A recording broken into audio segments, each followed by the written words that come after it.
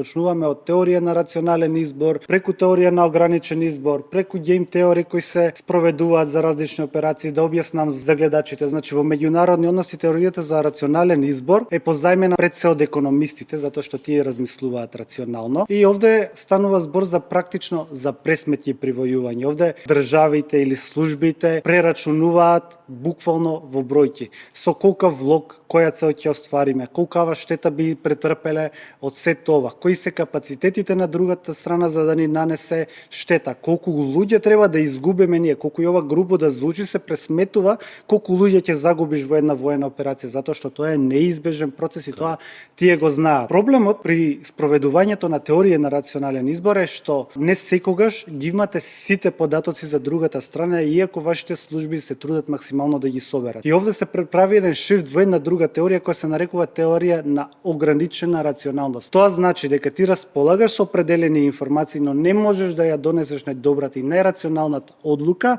Зошто? Затоа што информациите кои ги знаеш не се целосни и тие ти создаваат определено ограничување. И тука влегуваш во оваа втора игра која се нарекува ограничена рационалност. Потоа следуваат од тоа неминовно ефекти. Ефектите може да бидат предвидливи и непредвидливи, но во војниот ваков размер можете само да имате предпоставка, но не и да знаете во целост како ќе.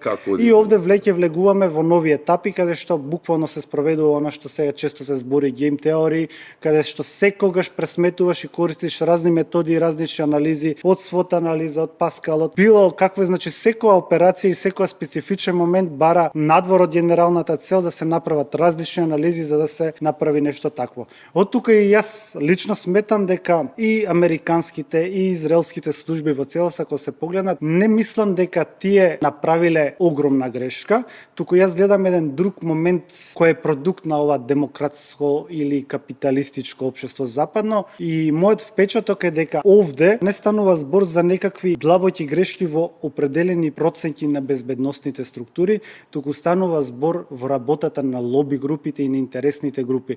И мислам дека лоби групите во отварањето на овој конфликт имаат многу поголемо влијание врз одлуката на Трамп за да отпочне оваа војна,